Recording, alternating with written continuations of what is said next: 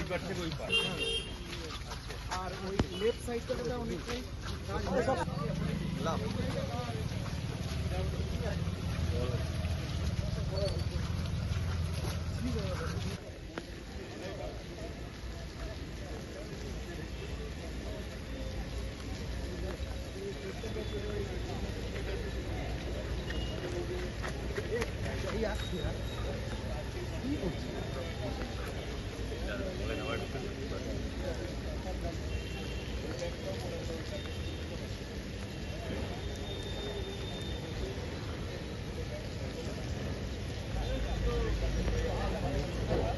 অনেকটা কাজ এগিয়েছে, দু সাইডে মোটামুটি শেষের দিকে, মিডিলটা বাকি আছে। এই দু সাইডে জল ছেড়ে দেওয়ার পর মিডিলটাতে কাজ আরম্ভ হবে। আমার মনে হচ্ছে খুব তাড়াতাড়ি হয়ে যাবে। আর রাস্তাটার ব্যাপারে বলে দিলাম যে কোনো টোল যদি না তোলে, ট্রাক মালিক এবং যারা পাঁচামি, যারা পাথরের ব্যবসা আছে, তারা যদি করতে চায় আপত্তি নেই, কিন্তু টোল তোলা হবে না। কালকে তো কৌশিক সভাধিপতির সঙ্গে মিট হয়েছিল, গত পরশু দিন সভাধিপতির সঙ্গে মিট হয়েছিল, আজকে কি বিষয়ে? অ্যাকচুয়ালি আজকে আমরা তিলপাড়া ব্যারেজে এসেছিলাম পরিদর্শনের জন্য। আমাদের ট্র্যাক অ্যাসোসিয়েশনের সমস্ত প্রতিনিধি এখানে ছিল। আমরা আগামী দিনে যাতে আমাদের যে এই তিলপাড়া ব্যারেজের যে অবস্থা, এতে কিন্তু আমাদের গাড়ি ঘোড়া একটাও চলছে না, আমাদের সমস্ত ট্রাক বন্ধ আছে।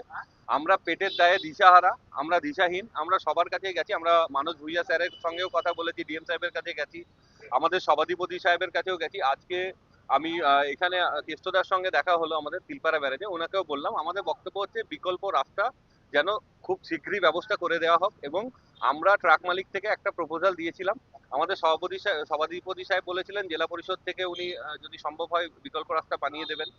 যদি বানিয়ে দেয় ভালো, কিংবা আমাদের ট্রাক অ্যাসোসিয়েশনকে দায়িত্ব দিলে আমরা ট্রাক মালিকরা নিজেদের মধ্যেই আমরা নিজেরাই বানিয়ে নেবো এটা। আমরা আমাদের এতটাই প্রবলেম হচ্ছে, আমাদের এত বেশি খরচ হচ্ছে অন্য রাস্তা দিয়ে গিয়ে, আমাদের অবস্থা খুব খারাপ, আমাদের গাড়ি ঘোড়া চলছে না, 3 দিনে অ্যাক্টিভ হচ্ছে।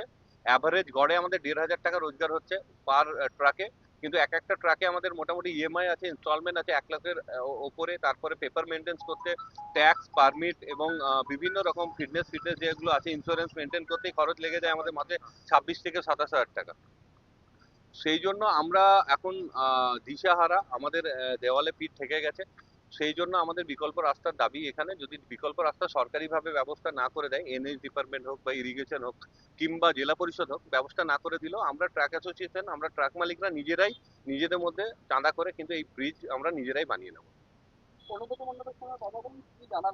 উনিও একটাই কথা বললেন যে আপনারা যদি এখানে বিকল্প রাস্তা বানান, তো এখানে কিন্তু কোনো রকম টোল তোলা হবে না। আমরা কোনো টোল এখানে তুলতে চাই না, আমরা টোল তুলতে ইন্টারেস্টেড না। আমাদের গাড়িগুলো যাতে স্বাভাবিকভাবে চলাচল করতে পারে তার ব্যবস্থাপনার জন্য আমরা প্রয়োজনে আমরা কিন্তু ট্রাক মালিকরা নিজেরাই টাকা দিয়ে, নিজেরাই চাঁদা করে আমরা ব্রিজ বানিয়ে নেবো এবং এটা আমরা নিজেরাই মেনটেনেন্স করে নেবো। তৈরি করার কাজ শুরু করবো, আমরা যদি অর্ডার পাই ডেফিনেটলি করবো। আমাদের যদি অর্ডার, আমার নাম আনাস আহমেদ, বীরভূম জেলা ট্রাক অ্যাসোসিয়েশন সাধারণ সম্পাদক এবং federation of West Bengal truck operator association যুগ্ম সম্পাদক। ধন্যবাদ।